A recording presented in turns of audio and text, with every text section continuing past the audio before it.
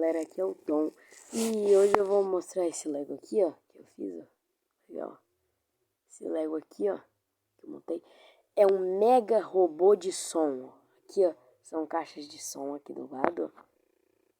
Aqui tem os braços dele, ó.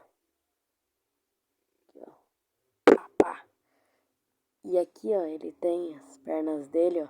É um robô meio feito de lixão, me inspirei. Mas na verdade é porque eu não tenho muitas peças, né? Eu uso peças coloridas mesmo. Que tem um disco para reproduzir o som, ó. Você liga aqui um disco para reproduzir o som dele. Aqui tem várias peças, ó. Aqui a caixa de som. Aqui na cabeça dele. Quebrou. Mas não tem problema. Ó. Aqui ó, tem um personagem. Eu apelidei ele carinhosamente de Max. Que eu achei um nome bom para ele. Ó. Aqui tem uma espada aí. Tchim, tchim. Adeus, amigos. Vão se inscrevendo no canal do Tom.